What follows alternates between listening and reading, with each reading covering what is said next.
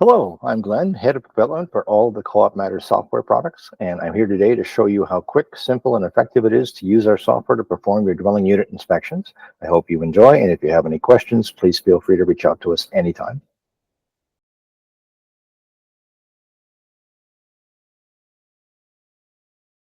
On the Inspection and Work Orders dashboard, to start a new inspection, we simply click on Select New Inspection Work Request, and there it is, the new inspection is ready to start.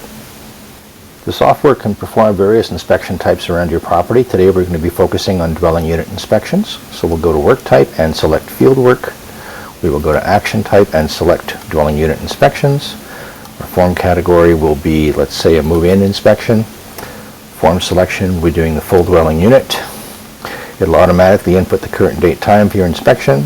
You can select the inspector's name from the drop-down list, and it will remember anybody you put in for next time, so you don't have to choose them again. If you're on a mobile device, the GPS point will auto-set. If you don't want to use GPS, you don't need it for this, you can simply backspace that out and it'll reduce off the screen. We tell it the location type we want to inspect today, which is a suite dwelling unit. We will select the correct property and zone, so our demo portfolio, our property, we can select a townhouse style in this case or an apartment tower. The system setup is slightly different for each and the options are different for each. So we're going to select the apartment tower. The site will be Tower A. Our structure will be Tower A. Our level, in this case, we're going to go to level 2, which is floor 2. We'll select our suite. You'll see we have stairwells, storage areas, etc., but we're going to select Unit 1. Location name is confirmed as Unit 1. And we can now move to the next screen. Now the form that comes up on the system can be up to 35 questions long, depending on the complexity of the unit and all of its options. That form automatically configures to the unit we've chosen. So in this case, the form is substantially shorter than 35 questions. The questions that go in and out will be number of bedrooms, number of bathrooms, whether or not this is a townhouse, which would have front and backyards, potentially basements, attics, stairs going up, stairs going down, laundry, etc. will all automatically configure to each dwelling unit. So even if you've got 4 or 5 different configurations on your property, whenever you select the unit, the form will automatically configure to have the correct set of questions for what that unit has. That includes even special needs units having an extra section on the checklist for special needs. Okay.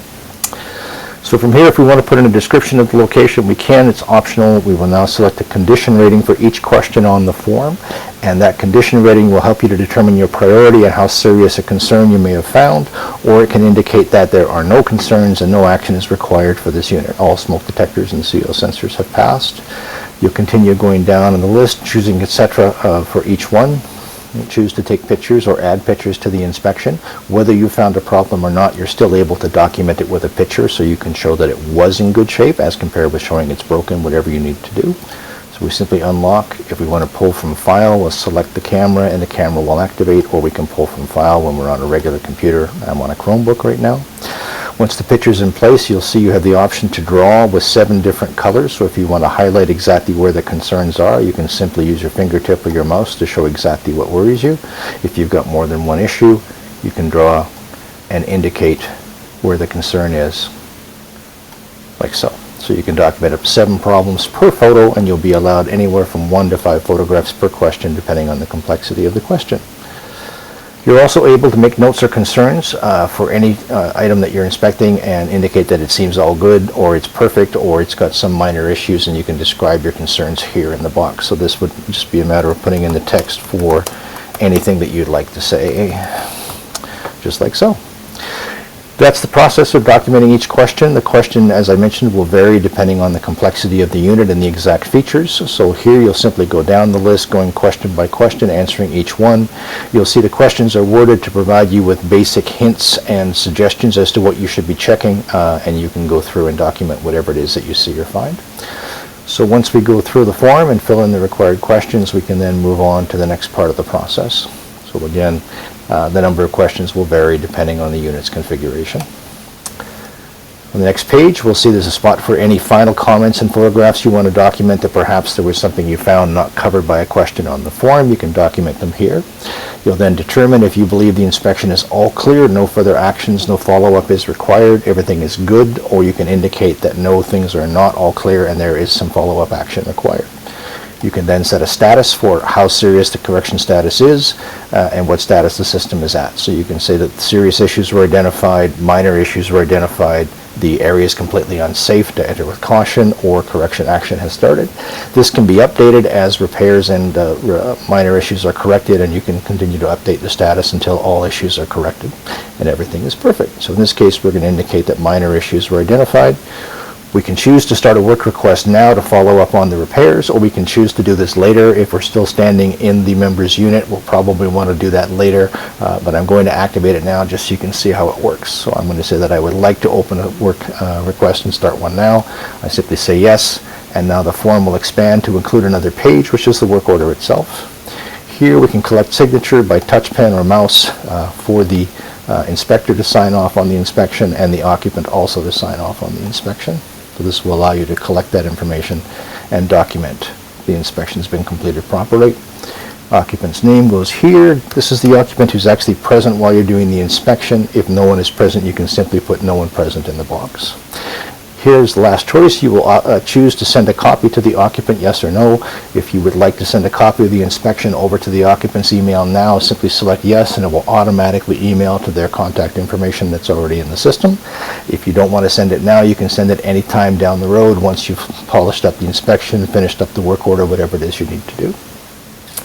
The next button will now take us to the inspection work request form, and here you have a complete work request process that will provide all the follow-up and additional information required, and this can be completed by your service person, or it can be assigned to any contractor.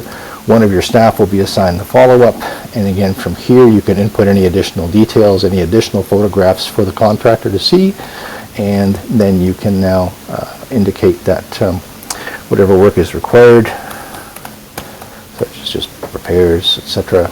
Okay, and go through and indicate priority, work class, how the expense is going to be paid for, the labor estimate, parts estimate, then I'll go in here.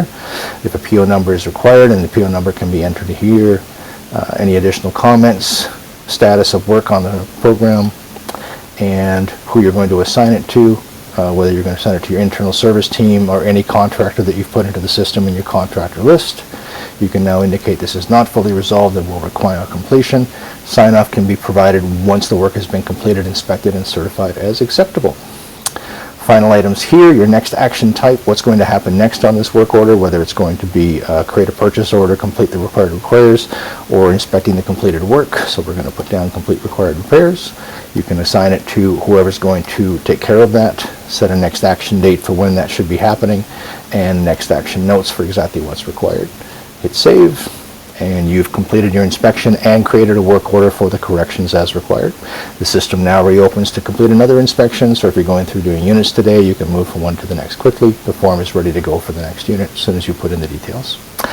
And that's it. It's a very simple process. We'll go back now to the inspection work order dashboard.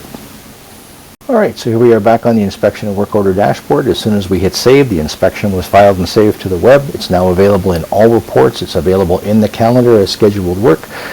You can also open it at any time and print a hard copy or email a copy of it to the assigned contractor for them to have on hand and recognize the work. And everything is done. All reports are instantly updated.